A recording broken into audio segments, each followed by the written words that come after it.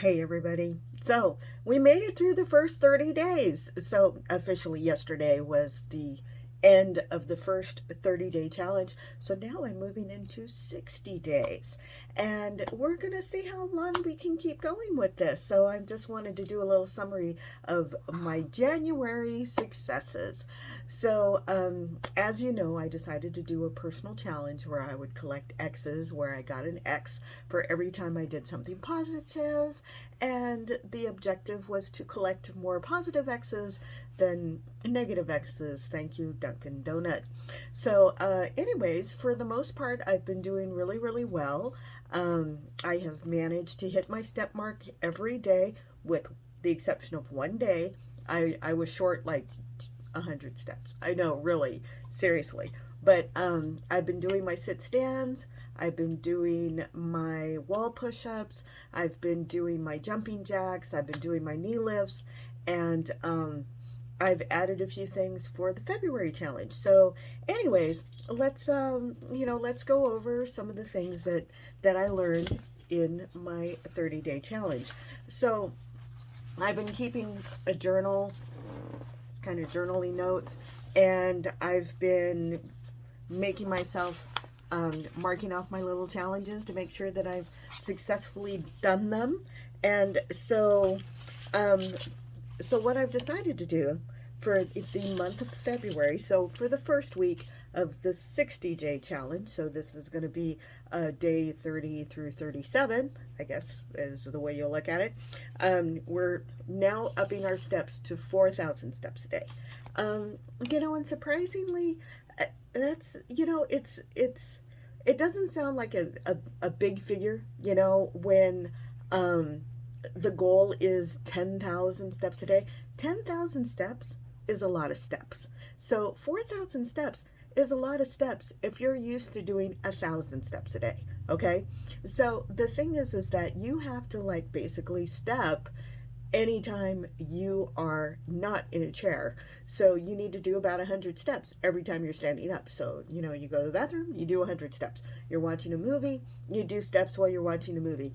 You got to figure out ways to get in steps, because it's really hard to just get 4,000 steps, let alone 10,000 steps. So the goal is 4,000 steps. So I'm constantly kind of doing steps everywhere I look around. Every time I get up, I'm doing steps. I'm doing these figure eights throughout my house, because it's too cold outside to go walking outside. And the dogs are all looking at me like, Mom, what are you doing? But, I'm walking. I could step in place. I could do, back kicks or whatever. I could do any kind of thing. The good old Leslie Simone 5 minute, or 15-minute mile walk, or whatever. But just as long as you're moving, you're doing more than you were doing before. And that's the whole goal, is to up and up and up and up and up and up. Okay, so again, we're still on the no fast food challenge. And I'll tell you a funny story.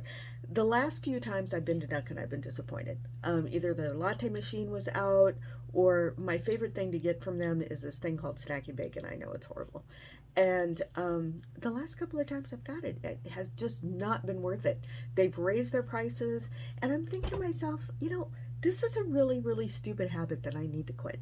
So I'm seriously thinking of just blow out the last of my card and just not go anymore, because I have coffee here at the house and I can make a hell of a lot better snack and bacon than their snack and bacon. So I go today and I think to myself, if this sucks, then I'm just not going to do this anymore.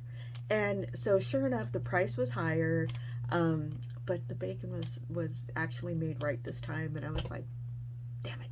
So anyways, but that's something I'm working on. I'm working on that one. So anyways, there's a nice lady that is an exercise therapist that works with my group, and she gave us a challenge this week of neck stretches, which is just basically this, and then the other side. And so that's been incorporated into the daily stretches, and I do that 3 times a day. We're up to 30 wall push-ups. I do them in sets of 10. So I'll get up and I'll do 10. I'll get up again. I'll do another 10, and then we'll get up to 30. We're doing 30 sit stands. And believe it or not, I can tell I'm getting stronger just doing those sit stands. I'm like, oh my God, because it was getting to the point where it was kind of like difficult to do some things. And just doing that one exercise and building my strength up and my endurance is really, really helping. We're now up to 200 jumping jacks without the jump. So basically, just kind of kick my leg out and move the arms, and I do them in 50 jack bites. And then the knee lifts, I'm up to 30 now.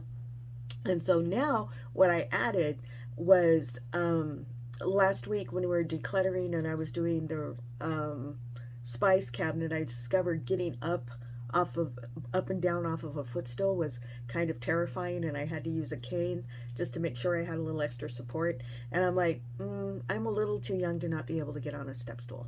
So I've been working on my stamina of my step stool, and then plus rodeo is coming up and I'm going to be going to the Alamo Dome to see a concert or two, and I need to be able to do those stairs.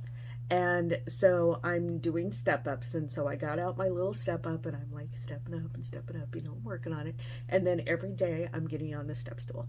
And my goal is to be able to get on the step stool without hanging on to anything. And right now, I just need to know that there's something there I can hang on to in case I need to hang on to something.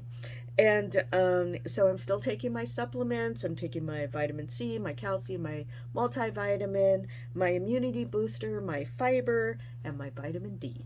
So I'm taking those. I'm doing 30 minutes of meditation a day.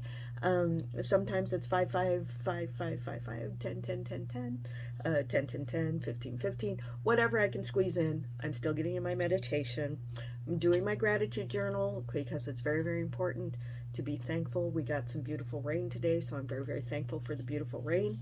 I'm watching my Dr. Vong, my daily lives and his reports that he sends out daily to help me be a lot more successful. And one of the things that he mentioned, and I got to share it with you all because it was very, very enlightening. We're talking about food waste and how much food Americans waste. And so last week when we cleaned out the spice cabinet, and also when we had to clean out the fridge because the fridge attacked my husband. And so I'm like, you know what? No, I'm cleaning it out. And so one of the things that Doc was talking about in one of his messages was that as Americans, he sent us to this video on YouTube. So I'm watching this YouTube, and the lady said that Americans have anxiety when they see white space in a refrigerator. And I thought about that, and it's very true that, when you see space in your refrigerator, you kind of get into your sparsity mindset and you start thinking that, that maybe there's not food. But there's plenty of food. I have plenty of food in this house. And so my February challenge is to go as long as I can without going to the grocery store. So now that I am allowing myself to do mobile ordering and mobile pickup, and I'm also allowing myself to do imperfect foods or misfit if I choose to. And that way I'm not over shopping. I'm being very cautious of everything that I buy and having a plan for what I buy that comes into my house. Because a lot of times we're just like, oh, that looks really cool. When can I use it? Okay, I'll buy that and I'll just have it in my pantry in case I want to use it. And what ends up happening is you end up with a whole pantry of things that you've never cooked with, that have been in there, and when I cleaned out the refrigerator, I found a jar of Napolitos from 2020. Come on. Okay. No, those went. I couldn't even get the lid off. That puppy went in the trash. I'm sorry, So anyways, be cognizant of what you put into your house. Be cognizant of what you purchase. Be cognizant of where your money goes. And that's one of the things that we fight with when we have an obese brain, is that we're always afraid of where our next meal is coming from and all that other good stuff. And so when I heard that thing about the white space in the fridge, I thought, you know what, let me see how good I can be at using everything in my fridge. And so far I've done really, really well. I've made some soup, I've made some chicken stuff, I've got plenty of meat in the freezer, so I don't need to to to buy meat. I really don't need to go to the store until I need like a perishable. And so I'm kind of like, let's see how long I can go. So today I will confess, I went to Dunkin' today, and I went to the 99-cent store, and I got some milk because I was low on the milk that I like for my coffee. And that was pretty well it. I looked at a bunch of things and I'm like, I really don't need this. I really don't need this. I really didn't need this, you know? And so, you know, I can actually look at things and purchase things because they're on the plan versus just buying things for the sake of buying stuff. Okay, because, you know, buying things and purchasing things is just kind of a distraction. One of the things about, you know, eating is that you want a distraction from whatever happens to be bothering you. And that's one of the emotional crutches of eating, is that you're kind of like, well, you know, I'm kind of bored. I kind of want something different. I kind of want to put, you know, something in my mouth. And so, you know, it doesn't serve you, and it's not part of your skinny future. So so that's basically what I'm working on. I'm in February. We're going to see how long we can go without going to the grocery store, like physically going in a grocery store. We're going to see how more exercises we can do. We're going to be adding more and more, just little things. Because remember, if you think to yourself, I've got to do this big thing, and I got to cut out this, and I got to blah, blah, blah, blah, you know, no, that's not gonna. You're gonna crash and burn. It's of no value to you. But if you do these little tiny things that you allow to sneak up on you, then they start becoming habits. And so you can replace your really bad obese habits with nice, healthy, good habits. And then you start going in a good progress, and you start going up and up and up and up. So that's the goal for 2022. And we're going to keep going, and we're going to keep going, and we're going to keep going. I'm going to keep you posted. So anyways, I want to let you know a summary of my first 30 days of collecting X's. I did really, really well, except for that damn Dunkin'. And, but we can do better, because that's the whole goal, is to be a little better today than you were yesterday.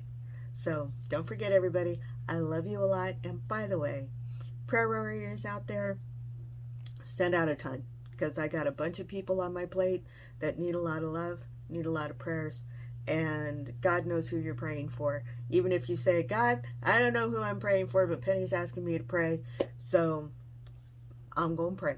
So if you'd be so kind, I very much appreciate that. And don't forget, I love you a lot. Remember, the future is love. Yeah. Okay, so I'll keep you posted. I'll be doing an update on Wednesday of how things are going with the February challenge, but I just wanted to give you a summary of the first 30 days. So until next time, don't forget, love you. All right, bye-bye.